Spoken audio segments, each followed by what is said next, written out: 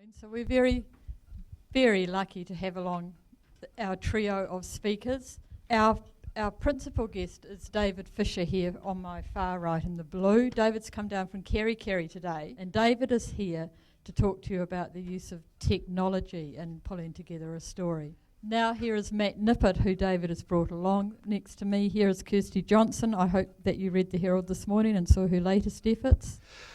I was going to talk for a bit about how technology has made a difference in storytelling. Matt and Kirsty use technology in different ways. The way that Matt does his job is that he uses technology to gather the most extraordinary amount of information, to hold it in one place and then to squeeze it until the relevant bits come out. One of the things that amazes me about Kirsty and the way that she interacts with people, she actually builds contacts and relationships through forms of communication that are technology-based that wouldn't occur to me. It actually really pisses me off, technology, because it's a barrier between me and people. And I know that if I can get to someone, I can get them to give me what I want. There's buttons that you push with people, you know, and ways that you communicate with people that form a bond that basically lets you trip a whole bunch of switches in their brain, and then all the things that you need for the news stories that you're doing flow. But there's other ways in which it becomes a tremendous boon. Working at the Herald on Sunday really took advantage of all the wonders that the internet has to offer in terms of New Zealand newsrooms.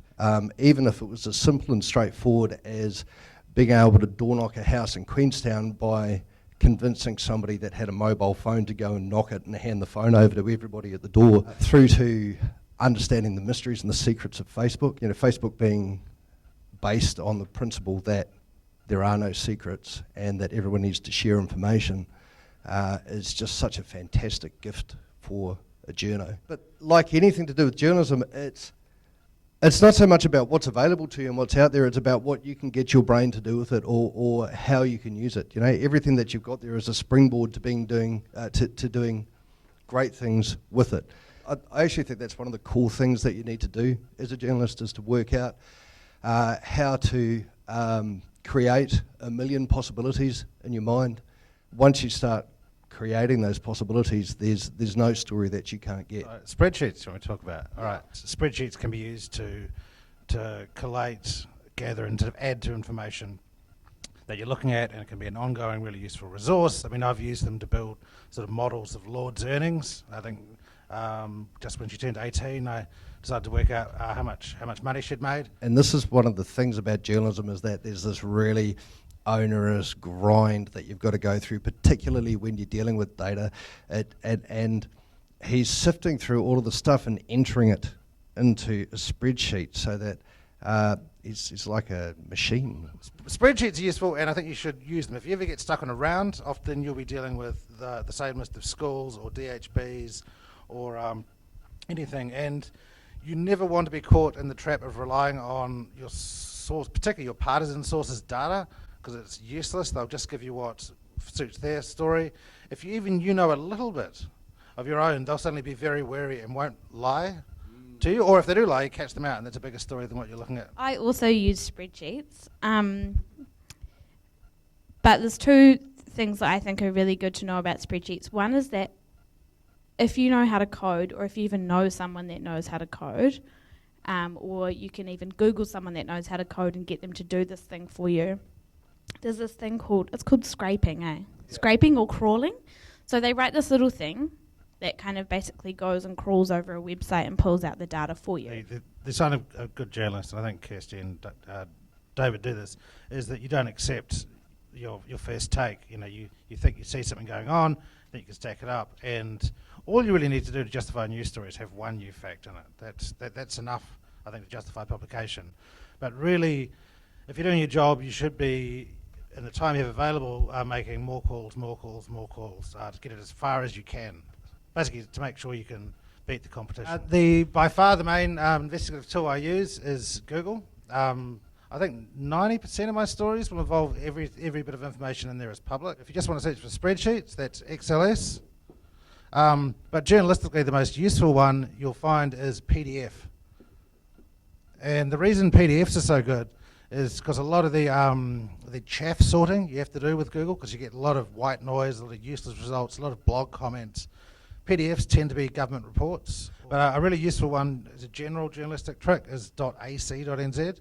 So that searches within the sort of the education framework.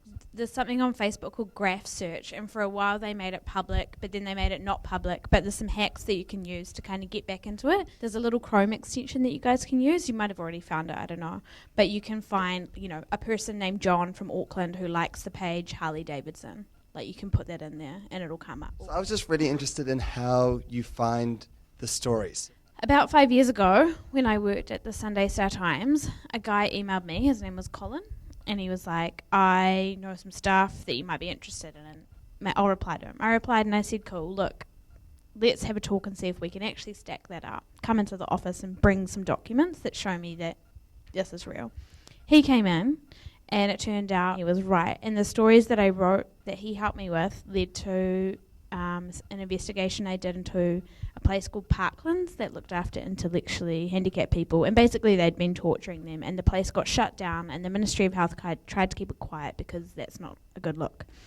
And then from there, that basically just snowballed into everything else. So from there, people would come to me, and I just got like a really good knowledge of the system from there. And then earlier this year, last year, I decided to do a story on a guy called Ashley Peacock, who was one of those cases who had been tortured.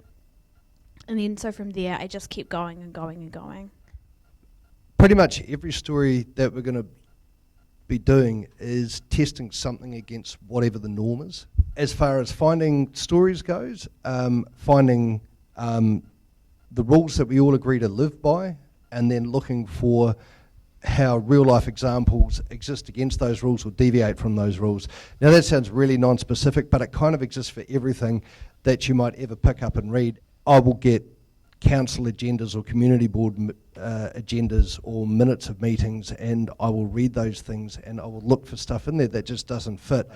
Journalistic failures that I see every single day in media are people using grabs from social media or Facebook or Twitter or whatever it might be. It's completely depersonalised. There's no heart to it. There's no human behind it, and I feel the same way about data. It doesn't. Even if it works here, it doesn't actually work here, and we need to run on this as much as we need to run on this, I think. I think there are some projects that can work purely on a databasis, but they're going to be extremely small. The more typical data project will be the data, well, the way I do them is the data is the spine of the story, and that it gives you context, and it gives you a chance. You can sketch out a couple of basic hypotheses, then you go out and talk to experts in the field, check to see if that's makes sense, and then you challenge people. The stories that we do and the sheer print, the printing of them is an incredibly powerful thing, and the impact that it has on people is amazing.